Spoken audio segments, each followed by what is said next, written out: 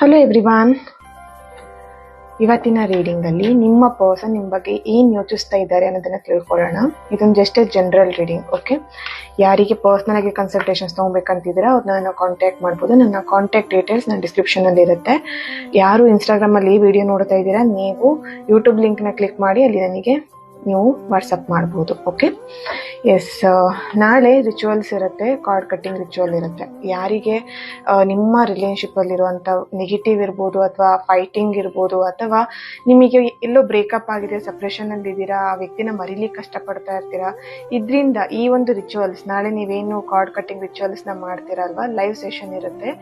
ನಿಮಗಿದು powerful ಆಗಿ ತುಂಬಾ beautiful ಆಗಿ ವರ್ಕ್ ಆಗುತ್ತೆ ಅಂತ ಹೇಳ್ತೀನಿ. ಓಕೆನಾ?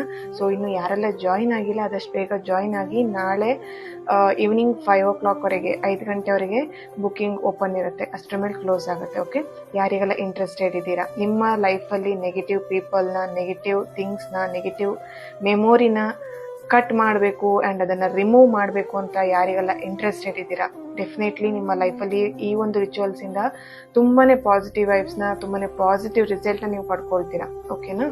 ಸೊ ಇವತ್ತಿನ ರೀಡಿಂಗ್ ಸ್ಟಾರ್ಟ್ ಮಾಡೋಣ.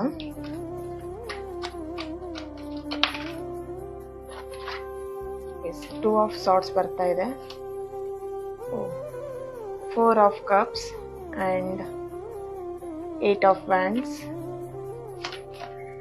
ದ ಮೆಜಿಷಿಯನ್ ಬರ್ತಾ ಇದೆ, bottom of the card the high ಪ್ರಿಸ್ಟ್ರೆಸ್.